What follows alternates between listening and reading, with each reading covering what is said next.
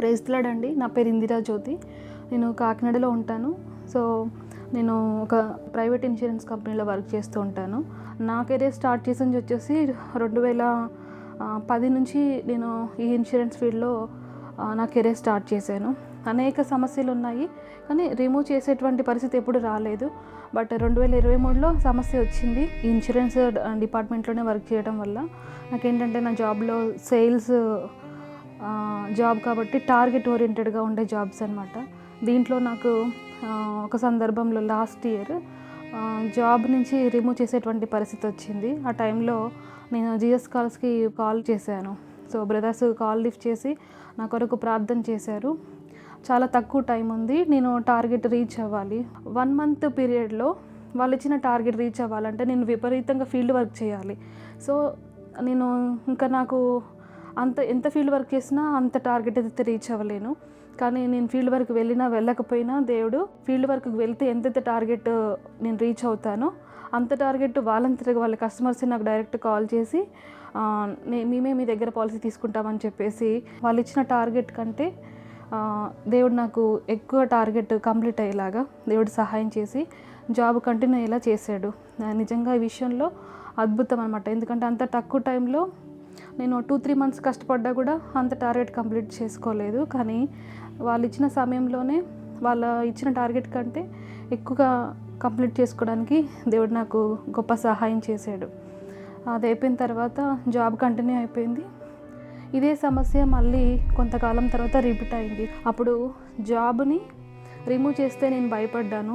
అంటే జాబ్ పోతే వచ్చేటువంటి ప్రాబ్లమ్స్ ఏంటంటే నాకు దేవుడు కొత్త గృహాన్ని ఇచ్చాడు, దీనికి ఈఎంఐ కట్టుకోవాలి, ప్లస్ ఇంట్లో సర్వైవ్ అవ్వాలి, నాకు తర్వాత ఇంకా కొన్ని బర్డన్స్ ఉన్నాయి. ఇవన్నిటిని కూడా బేర్ చేయాలంటే నాకు శాలరీ చాలా ఇంపార్టెంట్. ఎవ్రీ మంత్ చాలా డిప్రెషన్లోకి వెళ్ళాను, టెన్షన్ పడ్డాను, చాలా స్ట్రగుల్ అయ్యాను. ఇలాంటి సమస్య ఎందుకు వచ్చింది ప్రభా అని చెప్పేసి దేవుని సన్నిధిలో కంటిన్యూస్గా ప్రార్థనలు చేయడం, అడగటం. అయితే ఇందులో నాకు ఎంత పెద్ద సమస్య వచ్చినా అది చివరి వరకు విశ్వాసం కలిగి ఉంటే ఖచ్చితంగా దేవుడు నాకు ఏదో ఒక మార్గాన్ని తెరిచి ఉంచుతాడనేటువంటి విశ్వాసం అయితే కలిగి ఉన్నా. ఎంత పెద్ద సమస్య వచ్చినా ఆ సమస్యను బట్టి ఇంకా రెట్టింపు ప్రార్థన కంటిన్యూ చేయాలనుకునేదాన్ని ఎప్పుడు కూడా. నేను జిఎస్ కాల్స్ ఆపరేటర్స్కి కాల్ చేసి మళ్ళీ ప్రేయర్ చేయించుకున్నాను. జిఎస్ కాల్స్కి కాల్ చేసినప్పుడు బ్రదర్స్ నాతో మాట్లాడినప్పుడు, సిస్టర్ మీకు ఖచ్చితంగా ఈ సమస్య నుంచి విడుదల పొందుకుంటారు, మీరు టెన్షన్ పడద్దు, ధైర్యంగా ఉండండి, విశ్వాసం ఉంచండి అని చెప్పినప్పుడు వారు చేసేటువంటి ప్రార్థన వాక్యము నన్ను ఎంతగానో బలపరిచాయి. సో ఉన్న జాబ్ కంటే కూడా ఇంకా రెట్టింపు శాలరీతో కొత్త జాబ్లోకి నాకు ఆపర్చునిటీ ఇచ్చాడు దేవుడు. ఎందుకంటే నాకున్న అవసరతలను దేవుడికి తెలుసు. నేను కొత్త జాబ్ కావాలని అడగకపోయినప్పటికీ కూడా దేవుడు ఆ జాబ్లో నాకు ప్రాబ్లం వస్తుందని చెప్పేసి కొత్త జాబ్కి వెళ్ళడానికి హై శాలరీ తోటి నాకు న్యూ జాబ్ ఇచ్చాడు. అందుని బట్టి దేవుని నామానికి స్తోత్రాలు. 2016లో నాకు మ్యారేజ్ అయింది. సో మ్యారేజ్ అయిన దగ్గర నుండి కూడా ఇంకా అంటే ఫస్ట్ ఇయర్ నుంచి ప్లానింగ్లోనే ఉన్నాను. అంటే మా హస్బెండ్ చెప్తూ ఉండేవారు, మనం సెటిల్ అయిన తర్వాత పిల్లలకి ప్లాన్ చేసుకుందాం అనేది. సో పిల్లలకి ప్లాన్ చేసుకోవాలనేటువంటి ఉద్దేశం ఉన్నప్పటికీ కూడా ఒక పక్కన పిల్లలు కావాలి, ఉంటే బాగుండు, ఏజ్ పెరిగిపోతుంది, ఇంకా పిల్లలు కలగట్లేదు అనే ఆలోచన ఇంకో వైపు ఉంటా ఉండేది. అది ఏ సందర్భంలో వస్తుందనంటే మేము ఎక్కడికైనా వెళ్ళినప్పుడు, ఎక్కడైనా గ్యాదర్ అయినప్పుడు, ఫ్యామిలీతో ఉన్నప్పుడు, డాక్టర్స్ కన్సల్టేషన్ అయినప్పుడు వాళ్ళు చేసే టెస్ట్లు ఇవన్నీ కూడా ఎంతో స్ట్రెస్గా అనిపించేది నాకు. కాకినాడలో అయితే నేను తిరగని హాస్పిటల్ అంటూ లేదు. ప్రతి హాస్పిటల్లో నా కన్సల్టేషన్ ఉంటుంది. డాక్టర్స్ చెప్పేది ఏంటంటే మీకు ఏ ప్రాబ్లం లేదు, మీరు న్యాచురల్గా కన్సీవ్ అవుతారని. నాకు ఏ ప్రాబ్లం లేనప్పుడు ఎందుకు కన్సీవ్ అవ్వట్లేదు అనే క్వశ్చన్ నాకు మైండ్లో ఉండేది. నేను ఎక్స్పెక్ట్ చేస్తూ ఉండేదాన్ని, ఎవరైనా డాక్టర్ మీకు ఈ ప్రాబ్లం ఉందని చెప్తే బాగుంటుందేమో అనిపిస్తూ ఉండేది కొన్ని సందర్భాల్లో. ఎందుకంటే ఆ ప్రాబ్లం రెక్టిఫై చేసుకొని పిల్లల్ని కలగడానికి ఏమైనా ట్రీట్మెంట్ తీసుకొచ్చేమన్న ఉద్దేశము. 7 ఇయర్స్ అవుతుంది నాకు ప్రెగ్నెన్సీ లేక. చాలా సంవత్సరాల నుంచి దేవుడు ఇస్తాడనేటువంటి విశ్వాసంతో నేను ప్రార్థనలో నడుపుతూ ఉన్నాను. సో నేను జిఎస్ కాల్స్కి వెళ్ళినప్పుడు బ్రదర్ ప్రాఫిస్ చెప్పారు, నేను ఈ సంవత్సరం ఖచ్చితంగా గర్భఫలం వస్తుందని చెప్పేసి.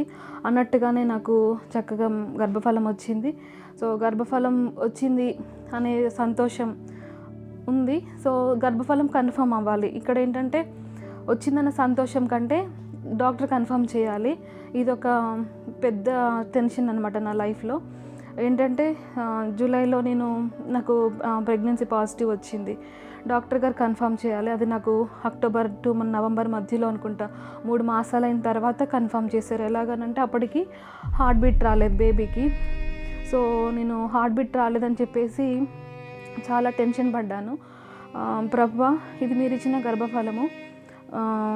నాకు ఫస్ట్ స్కానింగ్లో ఏం చెప్పారంటే ఓన్లీ శాక్ ఉంది, fetal pole no yolk sac ఒకటే ఉంది, హార్ట్ బీట్ లేదని చెప్పారు.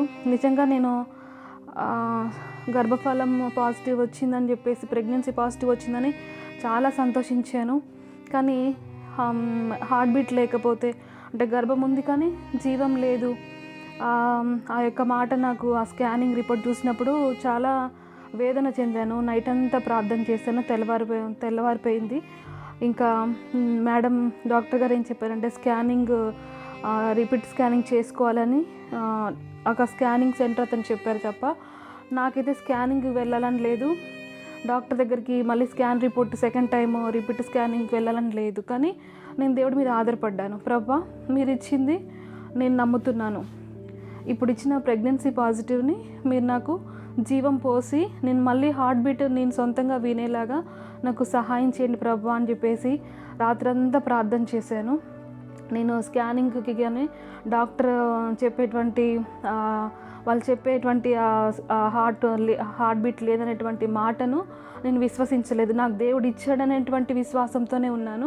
సెకండ్ విజిట్లోకి వెళ్ళినప్పుడు నన్ను మేడం చెక్ చేశారు. చెక్ చేసిన తర్వాత హార్ట్ బీట్ వినిపించారు. అప్పుడు స్కాన్ సెంటర్ లోపలికి మా హస్బెండ్ పిలిపించి ఇదిగోండి హార్ట్ బీట్, ఇవి లెగ్స్, ఇవి అబ్డామినల్, ఇది హెడ్ అని చెప్పేసి నా హస్బెండ్కి నాకు ఇద్దరికి చూపించారు. ఇప్పుడు నాకు 9th month pregnancy. Plus GS కాల్స్కి నేను ప్రేయర్ చేసినప్పుడల్లా వాళ్ళు రెస్పాండ్ అయ్యి నాకు వెంటనే ప్రార్థనలు చేయడం, ఇలా నన్ను ఎంతగానో బలపరుస్తున్నందుకు దేవునికి కృతజ్ఞతలు. జిఎస్ కాల్స్ వారికి నా ప్రత్యేకమైన వందనాలు. మరి పాల్ దినకరన్ పాస్టర్ గారు వాళ్ళ ఫ్యామిలీకి కూడా నా ప్రత్యేకమైన నిండు వందనాలు తెలియజేస్తున్నాను. మిస్ చేయకండి. इस मौके को मिस ना करें. తవర విడాదీర్ఘ ఇది నష్టపెడతరు. కలెదుకొల్లబేడి. అవును, ఇది మీరు 2025వ సంవత్సరంలో తప్పక పాల్గొనవలసిన మహాసమావేశం. Your sorrow will turn into joy. Bethesda ఆశీర్వాద కూటము ఆదివారం జూలై 13 మధ్యాహ్నం 2 గంటలకు. Who is not able to walk, rise up and walk in Jesus' name. Wheelchair లో వచ్చిన ఈ సహోదరుడు ప్రార్థనా సమయంలో ప్రభు ద్వారా ముట్టబడినాడు. ఇప్పుడు వీల్ చైర్ లేకుండా నడుస్తున్నాడు. బాగా ఫ్రీగా నడుస్తున్నాడు చూడండి యేసు నామములో. We welcome you all on July 13th. July 13వ తేదీన మీ అందరికీ స్వాగతం తెలియచేయుచున్నాము. July 13th is a special day for me. July 13 నాకు చాలా ప్రత్యేకమైన దినమైనది. That day the Lord anointed me with the Holy Spirit. I know God is going to fill you too. ఆ యొక్క రోజున ప్రభు నన్ను పరిశుద్ధాత్మ చేత అభిషేకించి ఉన్నారు. ఆయన మిమ్మును కూడా నింపనయ్యున్నారు. It is going to be a great day. అది చాలా గొప్ప రోజుగా ఉండబోతోంది. There will be deliverance. విడుదల ఉండబోవచ్చు ఉన్నది. Where the Spirit of the Lord, there is deliverance. దేవుని యొక్క ఆత్మ ఎక్కడ ఉంటారో అక్కడ విడుదల ఉంటుంది. Come and be blessed. రండి, ఆశీర్వదించబడండి. We'll wait to pray with you. మీతో కలిసి ప్రార్థించడం కొరకై వేచి ఉంటాము. Come రండి, with all your friends and family. మీ స్నేహితులందరితోనూ కుటుంబ సభ్యులందరితో కూడా కలిసి రండి. బెతెస్దా ఆశీర్వాద కూటము ఆదివారం జూలై 13 మధ్యాహ్నం 2 గంటలకు. స్థలము డాక్టర్ డిజిఎస్ దినకరన్ సెంటర్, కారుణ్య నగర్, కోయంబత్తూర్. గమనిక, కోయంబత్తూర్ రైల్వే స్టేషన్ మరియు గాంధీపురం బస్ స్టేషన్ నుండి బెతెస్దా ప్రార్థనా కేంద్రం వరకు ప్రత్యేక రవాణా సౌకర్యాలు ఏర్పాటు చేయబడతాయి. ఇతర జిల్లాలు లేదా రాష్ట్రాల నుండి వచ్చే వారికి బస చేయుటకు వసతి గృహం మరియు ప్రయాణ వసతులు సహాయం కొరకు దయచేసి సంప్రదించండి. మా యొక్క ఫోన్ నంబర్ 9487846601. మీ కుటుంబంతో కలిసి రండి.